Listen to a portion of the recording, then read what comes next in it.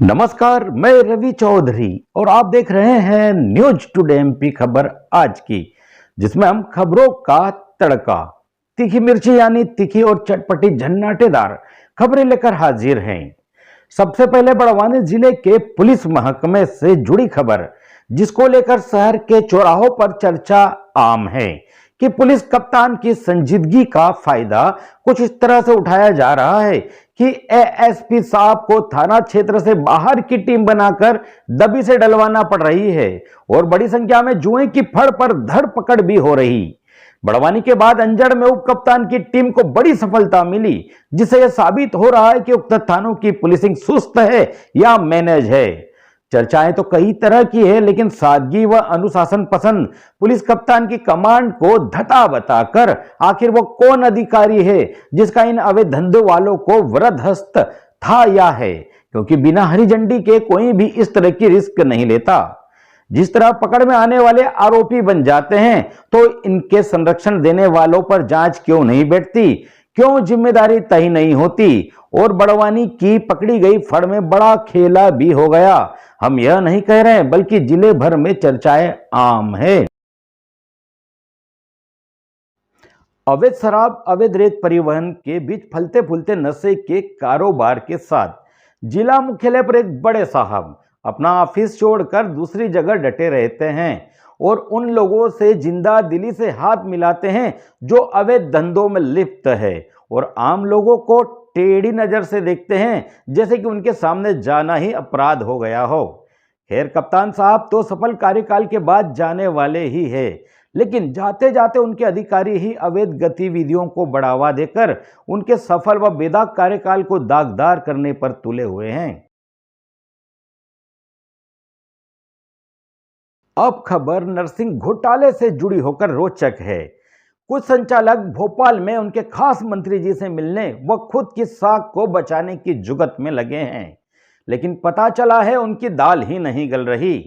अब जब उच्च न्यायालय ने इंडियन नर्सिंग काउंसिल के नियम व मापदंडों के आधार पर मान्यता देने का फैसला सुना दिया, ऐसे में सवाल यह भी उठ खड़ा हुआ है कि क्या आईएनसी के मापदंड का पालन होगा, क्योंकि एक नर्सिंग कॉलेज संचालक जो कि सैकड़ों आदिवासी छात्रों के सपनों पर कुठाराघात करने में माहिर होकर नर्सिंग कॉलेज को दुकानों की तरह खुलवाने, माफी चाहता हूं, इन कॉलेजों में फर्जीवाड़े के विशेषज्ञ होकर सालों पहले ही करीब 200 किलोमीटर दूर आईएनसी के मापदंडों को धता बताते हुए एक समाज विशेष की धर्मशाला में फर्जीवाड़े से कॉलेज का संचालन करते हुए सुर्खियों में रहे हैं। वह बड़वानी में किराए के भवन में कॉलेज का संचालन करते हुए जमीनों के मालिक बन बैठा है। सवाल यह उठता है कि सालों पहले इंडियन नर्सिंग काउंसिल के नियम कायदों को जो घोल कर पी गए, वह वर्तमान में 23,200 वर्ग फुट खुद की जमीन पर कॉलेज, स्वयं का मूल अस्पताल जो 100 बेड का होना चाहिए और नर्सिंग कॉलेज तथा अस्पताल का मूल स्वामी भी एक ही होना चाहिए। कॉलेज में 40 से 60 छात्रों के अनुपात में 16 से 24 शिक्षक व 61 से 100 छात्रों पर 24 से 40 शिक्षक होना चाहिए। इतने सब धरातल पर कैसे मैनेज कर पाएंगे, यह देखने वाली बात होगी। यह भी देखना दिलचस्प होगा कि जिन नर्सिंग कॉलेजों में एक साथ कई सारे कोर्स धड़ल्ले से चल रहे हैं, उनके लिए दिशा निर्देशों व मापदंड का पैमाना अलग से सीबीआई की नई टीम जांचेगी या बैनर बदलकर फिर आंखों में धूल झोंकी जाएगी। वहीं हमारी नजर उन सभी पर है कि संसाधनों व व्यवस्थाओं के मामले में कौन कितने पानी में है। एक महत्वपूर्ण जानकारी यह भी है कि नर्सिंग कॉलेज घोटाले में शामिल या यूं कहें नामजद आरोपी जो किन्हीं कारणों से जेल की हवा खाने से बच गए, जिनके सिल लगे कॉलेज से हाल ही में सीबीआई की टीम जरूरी दस्तावेज जब्त कर ले गई, उनका बड़वानी कनेक्शन जल्द उजागर होने वाला है। यानी सत्यमेव जयते, सत्य की ही जीत होगी।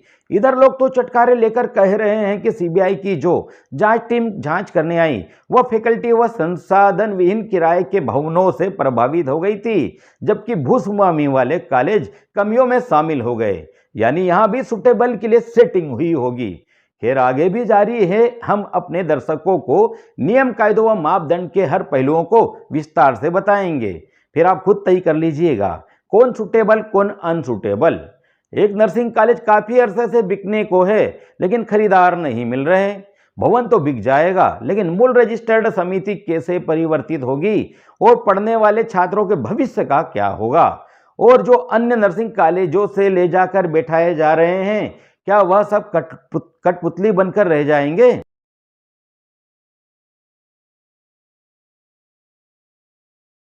अब खबर स्कूल शिक्षा विभाग से, तो जिले के पार्टी विकास खंड का नाम प्रदेश भर में सुर्खियों में आने वाला है। खुसुर फुसुर यह चल रही है कि नीट की परीक्षा की तर्ज पर हुए परीक्षा घोटाले में एक शातिर शिक्षक ने प्रिंसिपल सहित पूरे संस्थान के शिक्षकों की नौकरी को दांव पर लगा दिया है।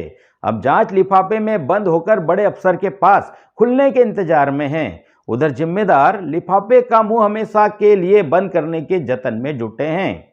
इस स्कूल में पदस्थ शिक्षक व प्रिंसिपल द्वारा आरोप प्रत्यारोप का अखाड़ा बना लिया गया है, जिसको जैसे मौका मिला वह एक दूसरे को नीचा दिखाने में लगे हैं और इस लड़ाई में छात्रों की पढ़ाई प्रभावित हो रही है। दूसरी ओर हैरत की बात यह है कि जिले में एक और बड़ा फर्जीवाड़ा हो गया।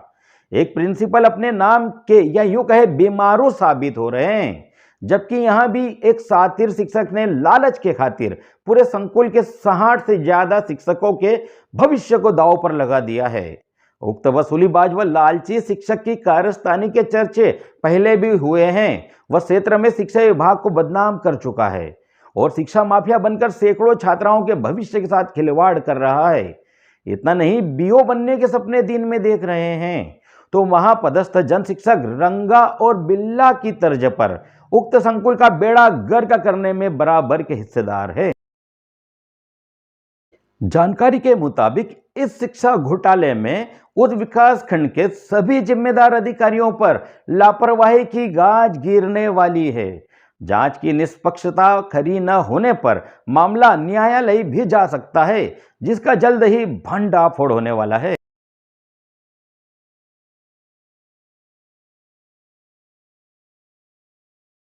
जाते जाते आज की आखिरी खबर यह है कि इन दिनों साहब बीबी और गुलाम के किस्सों को लेकर जिला मुख्यालय पर चर्चाओं का बाजार गर्म है। जिले के एक बड़े जिम्मेदार अफसर को नए कपड़ों से कुछ ज्यादा ही लगाव है। पहले तो उनके अधीनस्थ स्थानीय स्तर से ही थान के थान कपड़े खुद खरीदकर साहब के बंगले पर भिजवाते थे, लेकिन अब गुजरात से मंगवाए जा रहे हैं। अन्य स्थानों पर पदस्थ कई कर्मचारियों को साहब के यहां सिलाई और अन्य कार्यों पर महीनों से लगाया जा रहा है। पता चला है साहब से लेकर परिवार के हर किसी की नाप के कपड़े तैयार होकर दिल्ली एक्सपोर्ट किए जा रहे हैं। इधर साहब और उनकी बीवी के बीच उन गुलाम रूपी कर्मचारियों को खाने के लाले पड़े हुए वेतन के अभाव में पीड़ितों के परिजन कोस रहे हैं कैसे कैसे गैर जिम्मेदार और मौका परस्त कटिंगबाज साहब बन जाते हैं। खबर यह है कि अब तक जितने भी कपड़ों के थान की कटिंग होनी थी हो चुकी। अब जल्द ही साहब की रवानगी के टिकट की बुकिंग हो गई है, लेकिन जनहित में जाने से पहले उन गरीबों की हाय तो मत लेते जाओ जिनका महीनों से वेतन नहीं दिया। कहीं ऐसा न हो कि कोई वीडियो वायरल कर दे और फिर उनको उनका हक मिले। तो दोस्तों, निश्चित ही हमारी निष्पक्ष, सटीक, बेबाक और तीखी झन्नाटेदार खबरें आपको पसंद आई होगी। आशा है आपने हमारे न्यूज चैनल को सब्सक्राइब कर लिया होगा। अगर नहीं किया तो अभी कर ले, साथ ही लाइक और शेयर करना ना भूलें।